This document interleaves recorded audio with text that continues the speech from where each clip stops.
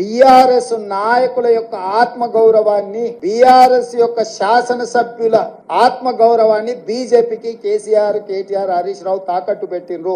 పూర్తిగా ఓట్ల బదలాయింపు, ఎన్నికల ఫలితాలను బీజేపీకి అనుకూలంగా మార్చి ఈ రోజు కేసీఆర్ కుటుంబము రాజకీయ అరాచకానికి పాల్పడ్డారు. ఇది తెలంగాణ సమాజం అంతా గమనించాలి. ప్రజాస్వామిక వాదులు, సెక్యులర్ ఫోర్సెస్ అందరూ కూడా ఈ రోజు ఈ అంశాన్ని గమనించాలి అని చెప్పి కాంగ్రెస్ పార్టీ కోరుతున్నది. తనంతల తానే అంతర్ధానం అయిపోయి ఈ రోజు బీజేపీని గెలిపించడానికి చంద్రశేఖర్ రావు గారు ఒక దురాగతానికి పూనుకున్నాడు అని అంటే ఈ రోజు మనం అర్థం చేసుకోవాలి. కేటీఆర్ గారు నిన్న అంటున్నారు ఫినెక్స్ లాగా మనం ఇప్పుడు బూడిదైన నాయన మళ్ళా పుట్టేది ఏం లేదు, ఇక బూడిదే మీకు మిగిలింది. ఆ బూడిద తీసుకెళ్లి మీ బావకు మీ నాయనకి ఇద్దరికి బుయ్యి ముఖానికి సరిపోతుంది, గాడికి మీ కథ సుఖాంతం అయిపోతుంది. చరిత్రలో ఆ పార్టీ పుట్టినప్పటి నుంచి ఈ రోజు వరకు పార్లమెంట్ లో ప్రాతినిధ్యం లేకుండా ఉన్నది ఇది మొదటిసారి.